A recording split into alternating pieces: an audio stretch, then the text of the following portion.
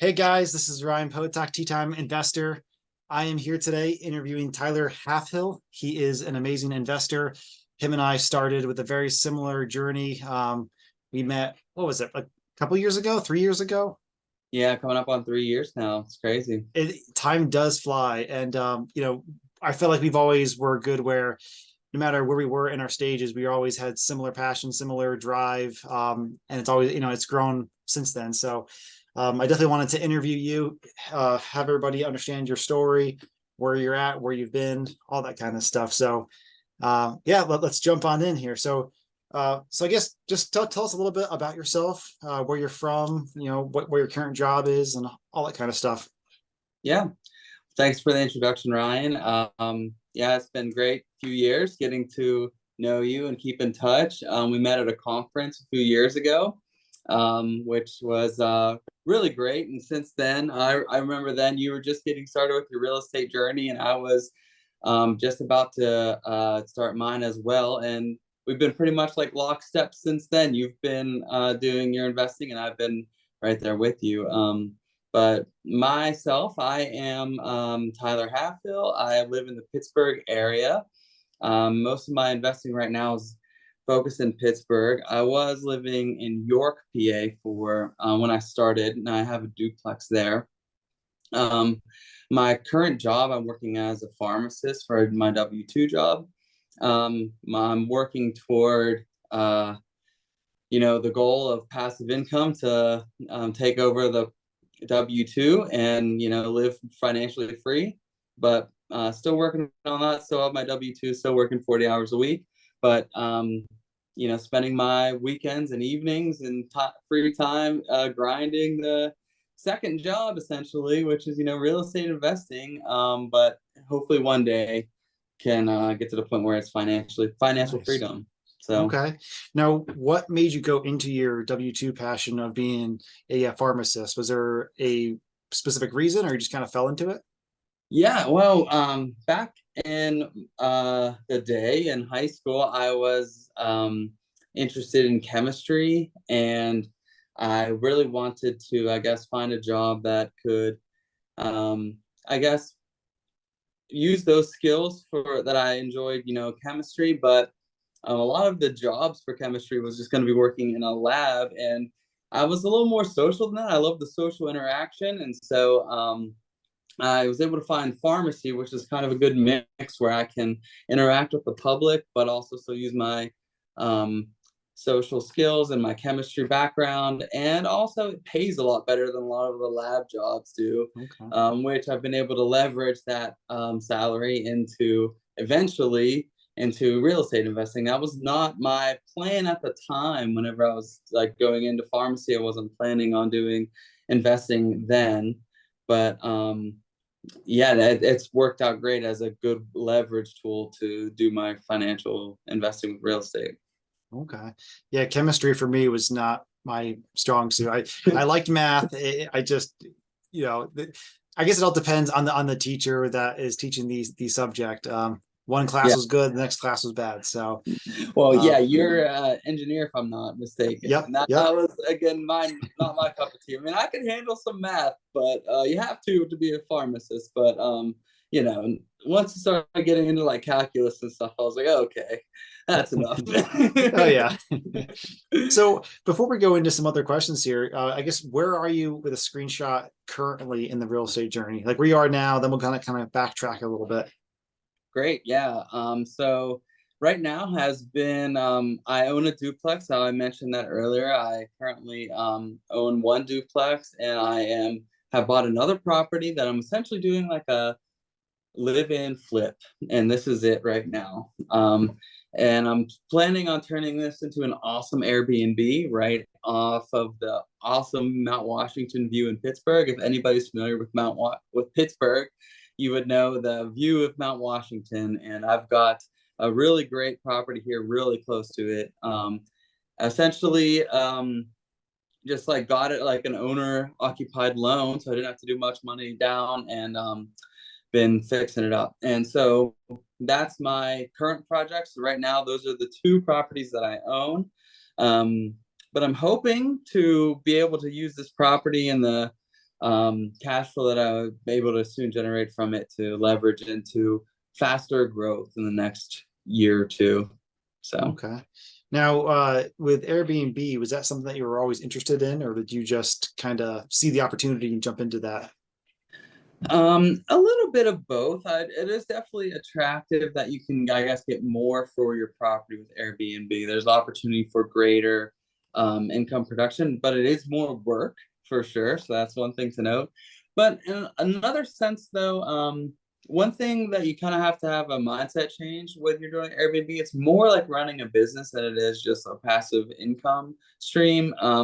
But at the same time, it's like running it's more of hospitality than it is real estate investing. And I think those same skills that I was talking about earlier with, you know, my social skills and interacting with the public, I just think that I can, use my skills that I use every day in the pharmacy to be a good Airbnb host. I think that Yeah. I will be good at it.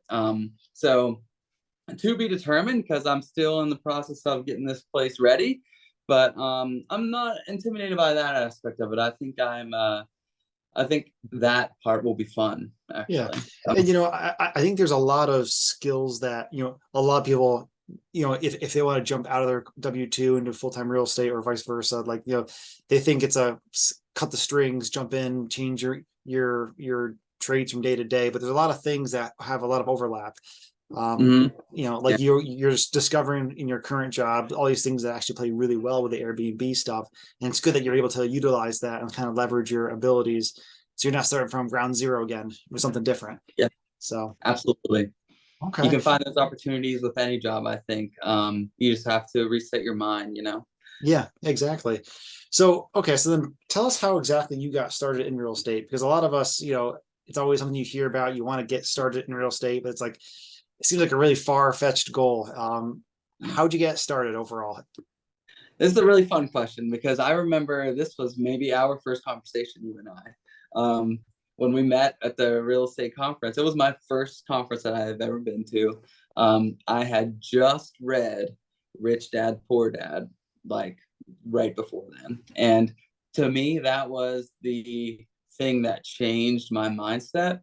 I just knew, I guess, I was getting tired of working the W-2, as much as I've talked about pharmacy, it's been, a fine job for sure. But I guess I've wanted more from life than just, working W-2. And I just saw the writing on the wall. I could see the next 40 years in front of me and how this was going to be, this is going to be it, So I was like, I got to figure out something else. And so I started researching, like, first I was like researching books, and I was like, a lot of people recommended Rich Dad Poor Dad. So then I read Rich Dad Poor Dad, and it changed my perspective on how the world works. If anybody has not read it, please go read Oh it. yeah. Do yourself a favor. So I read that, and I was like, I gotta learn how to do real estate. And he talks about real estate. You don't need to do real estate, but for me, with my situation in life, with my W-2 job, real estate just seemed like a very doable second source of income, and where I could still leverage my salary and continue doing my W-2 job. So I then was like, okay, how can I learn more about real estate? I found this conference, and I met you there, Mhm. and you were, I think, the first person I talked to at that conference. Yeah, And yeah. Actually, I think you were my first person I was talking to as well. So it's funny it all kind of worked out. yeah, and at that conference, I remember you were just getting started with, you just maybe bought your first place, and I was brand new, had not done anything, and I only registered at Port Dad and went to this conference. And I guess like seeing other people doing it, that was like similar boat to me.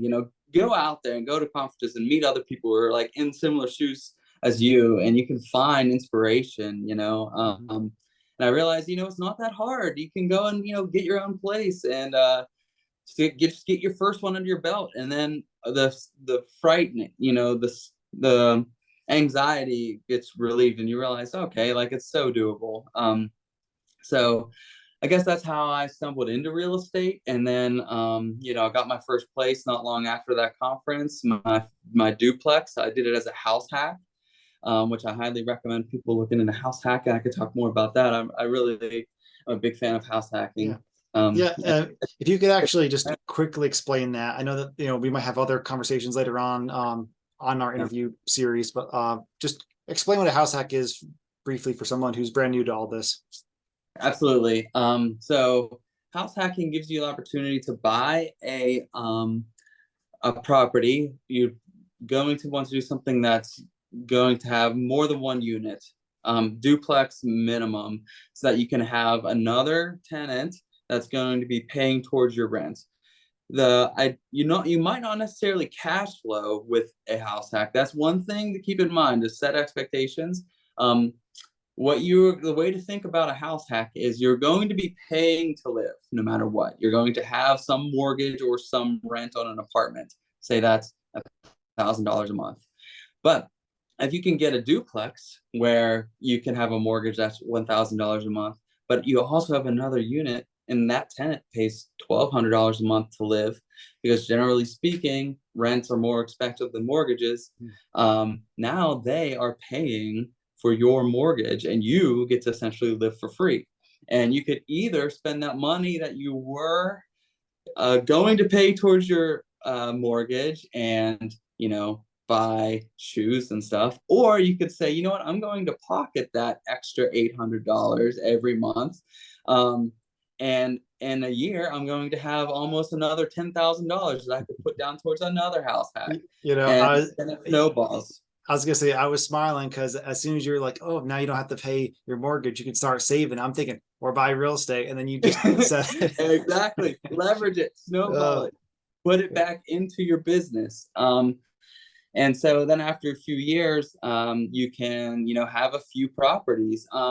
One important thing to know about a house hack is that most banks on your mortgage papers require you to live in it for 1 year, which is what I did. I bought a place, bought a duplex. I rented it out. I'll just give my numbers. My mortgage was going to be like $1,100 a month. I was able to find a tenant to pay on the other side of the duplex that was paying $1,300 a month, and then I moved out after 1 year, and now I put a friend in there for cheaper. Because the unit I was staying was like kind of a mother-in-law suite type deal. It wasn't like the size as the other unit, because it was just me, so I was able to kind of rent out the larger, more valuable unit. So I was able to rent that out for the $600, which was just now cash flow. But that tenant's moving out now, my friend, and I'm going there this weekend to clean it up and get it ready for a new tenant. And I was going to list it for probably a little more. I think the market rent for that area could be closer to like $800 a month. So we'll see what I can do. But yeah, then that's the actual cash flow. yeah, and you may have touched upon this, but like, again, when you're buying that house hack, because it's your primary, you can come down with a lot less down payment. I forget what the down payment is. Is it like, was it 5%? I don't know what the percent. Well, Yeah, that's a big reason to do house hacking too. That's a big advantage. Generally speaking, for investment properties, you're going to be doing like a 20% down, maybe 25% down payment. But if it's owner occupied, you get all the benefits of owner occupied mortgages, which the government wants people to buy houses. So they give lots of benefits to people who are living in the house. So you can do, generally speaking, convention loans down to about 5% conventional loan. And what's the one? What is it? There's the FHA loan. FHA loan. Yeah, sorry, I couldn't think of. I wanted to say like IRA loan. No, like it's not IRA loan. That's there's something different. Yeah. FHA loan is down to 3.5%, and that's what I got actually. I got an FHA loan 3.5% down. Yeah, and I believe the interest rates are also lower too on some of those. Maybe like on your primary, that's a little bit lower than the investment deals. So yeah, if you're lacking capital but you need a place to rent or live, a good opportunity is doing that house hack, because you can put a lot less down. You're still paying money instead of rent. You're paying down the house, but then you're having a tenant or two that will help you offset the cost. So it's a great win-win. For sure. So yep.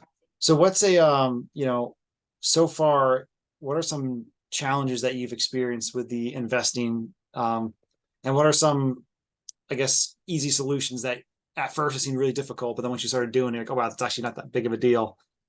Oh, okay. I think let me answer those as two separate questions because Sure.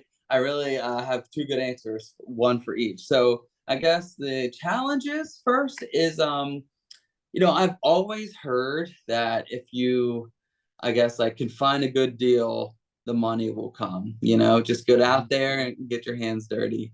And I have tried to do that. But the thing is, the challenge that I've experienced is that the real estate market has become really hard to find good deals. Unless you're going to be running like a direct seller marketing campaign that you're going to be either putting a lot of time in yourself or hiring someone to do that for you. It's really hard to find good deals. You gotta, get out there and really find the people who are in desperate need to sell. Um, the market has just turned into a situation where it's hard to make deals work, and it be like a killer deal. Like if you're gonna try to do something like a burr or something, you can find cash flow here and there, but it's just the challenge has been, I guess, like finding the deals, and Mhm. finding the money whenever you do think you got a deal, because then you come back and you bring it to your investor, or you bring it to a fix and flip loan um, broker, and they're like they don't think it's a good deal. And Yeah. so like it's kind of not, you got to convince them that it's a good deal, and they just have been hard to find. So I think Yeah. that's been the most challenging thing. But I guess what I've done to combat that is I've just said I'm going to stay busy during this time.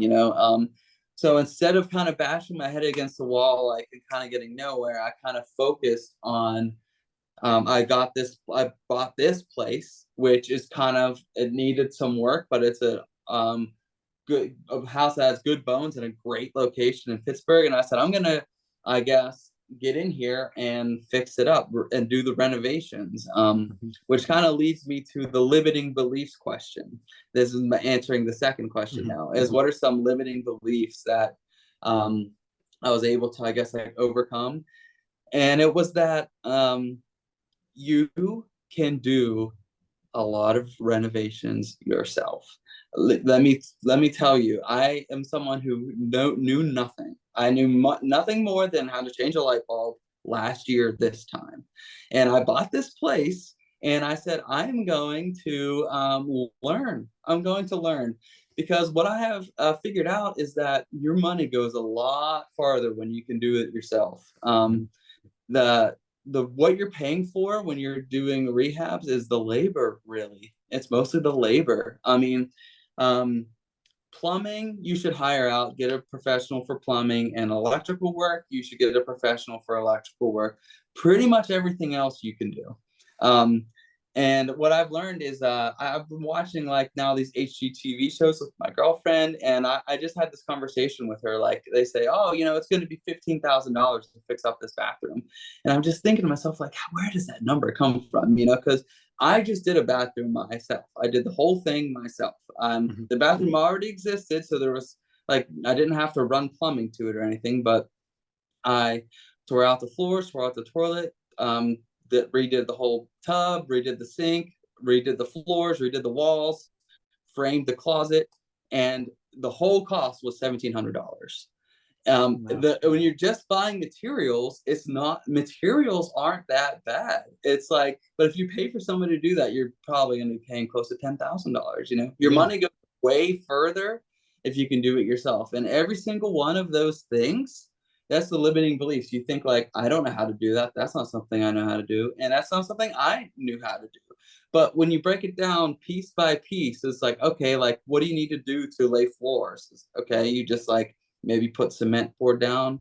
You make sure it's level. There's like leveler, like Mhm. every step of the way. There's a YouTube video that Yeah. shows you what to do, and anyone can do it. Yeah. If you It. just like work on it every day, before you know it, you got a new bathroom. It's just that's what I'm recommending is like get out there.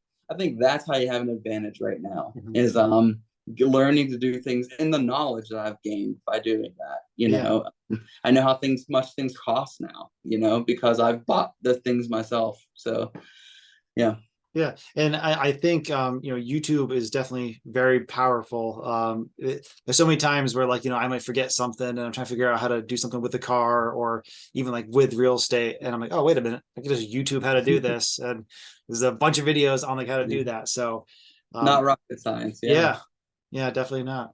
Okay, so I guess to wrap this up, kind of like for someone starting out, what advice would you give them to move forward either into real estate or to advance their early on stages of listening to a lot of podcasts? What's the next step or advice that you have for these people? Absolutely. I know that we hear the term analysis paralysis all the time and escape that. But I guess I think I like to think of it in a different way. You've got to change what you're learning. You got to change what you're learning. It's one thing to, I guess, like read books, listen to podcasts, learn about real estate, learn about the different types of strategies there are. But you need to know enough to know what strategy you want to do. And then you got to stop learning like that. You got to pick a strategy and you got to start learning what to actually do for that strategy. You've got to do practical learning instead of, I guess, hypothetical book type learning podcasts and stuff like that. You've got to say, okay, I want to do Burr. I want to do fix and flip or whatever. And Yeah, okay, so now, practically speaking, like in my community, or wherever you want to invest. Maybe you want to do invest long distance. That's another strategy. But in my community, say, what do I need to do? I guess, who do I need to talk to? Where do I find deals? And then start learning, escape the podcast and the, hypothetical learning and start learning practical things that are going to, how can I move the needle? If you just sit there and just listen to books your whole life, the needle never moves. You got to figure out how to move the needle. yeah, That's the key, I guess. Because you'll realize most of the stuff you learned is not really relevant. What you need to do is like figure out, who do I need to talk to? Who do I need to meet that's gonna, get me to that next level? Or, what do I need to learn how to do? yeah. So And I know we didn't explain this earlier. The acronym Burr. Could you explain that real quick? Because we mentioned that a couple of times so yeah, far. absolutely. Yeah. Sorry. Sometimes I forget to explain things. BRRRR stands for buy, rent, rehab, refinance, repeat. Um, and so the advantage of BRRRR is that you're buying a place. Essentially, you're doing like a rehab, but instead of selling it at the end, you're doing a flip, but instead of flipping it and selling it at the end, you're refinancing it. And a lot of times you're able to have add value to the house. And then when you refinance, you pull out some of that money that you put into it, maybe even all of the money that you put into it. And then now you have a rental that has a tenant, and maybe you were able to get most, if not all, of your money back from it for free. So you're generating money every month from the rent, and you're able to recycle that money back into the next deal. That's the goal. Okay. That's really hard to find in this market now, but that's the idea. Okay. Well, awesome. Well, thanks for breaking down all of that. Again, your story is awesome to hear because we got similar paths. You're doing some things a little bit different than me, like with the Airbnb and all that, and the house hack. Though I wish I did the house hack. But yeah, it was. I'm glad you could explain all this because there's a lot of people I think who get stuck in that early on stages and that they want to do this, but they're just afraid to make the jump or something. So I'm glad they could hear your story and your input on that. So yeah, thanks for coming out. I appreciate it. Yeah, thanks for having me. I appreciate it. This was great.